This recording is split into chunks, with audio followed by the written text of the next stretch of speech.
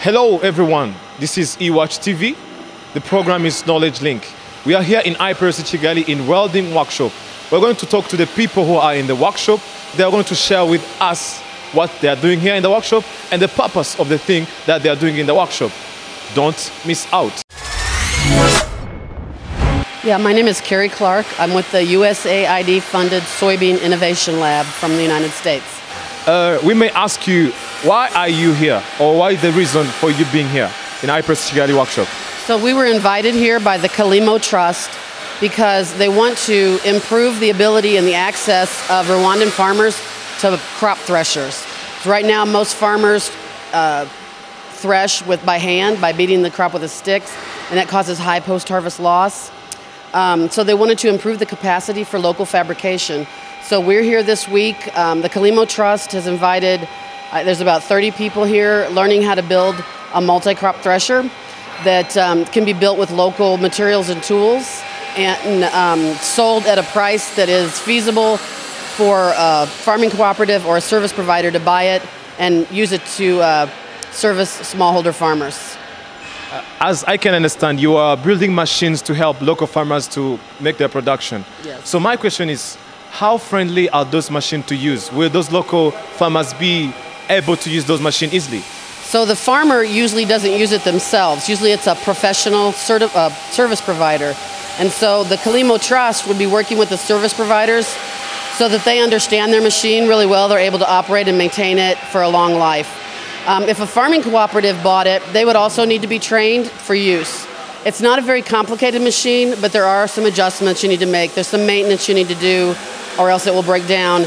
So it's not possible for somebody to just buy a machine and start using it without training.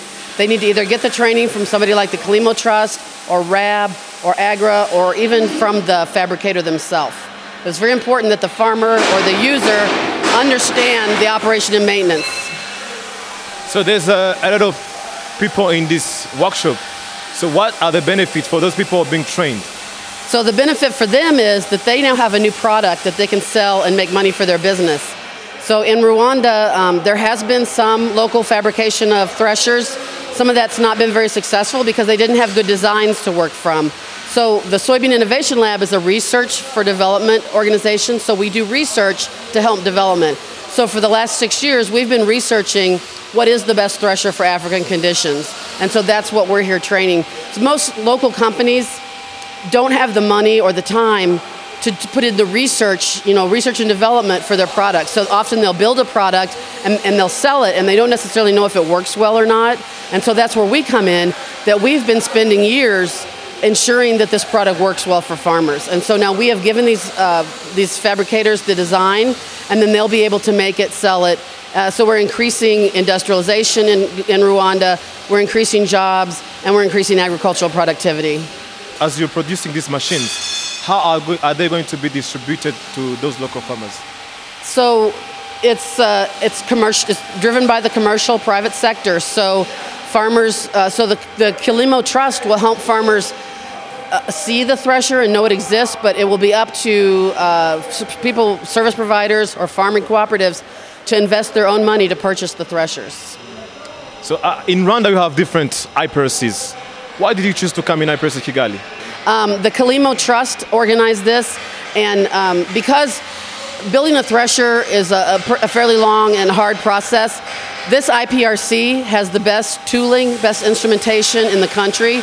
And so you have many things here that for us to be able to do this training in 6 days, we need this kind of equipment.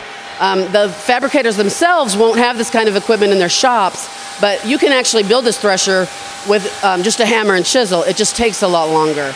So, but here we have the absolute best in Rwanda available to us that allows us to do this in our limited amount of time. Is there any advantage for IPRC to host you? Yes, we have several of your staff that are also being trained, and so the hope is that and we will give the IPRC electronic copies of the fabrication manual, and then they can teach this technology in the classes, because you have I don't know, 10 million farms in Rwanda. That's going to take a lot of threshers to service all those. So we need a lot of fabricators that have these skills, and we can't teach them all in one class. So it's a skill that needs to be institutionalized and passed down from generation to generation. How long is it going to take, this whole training? This is a 6-day training, and we're on day 3 right now.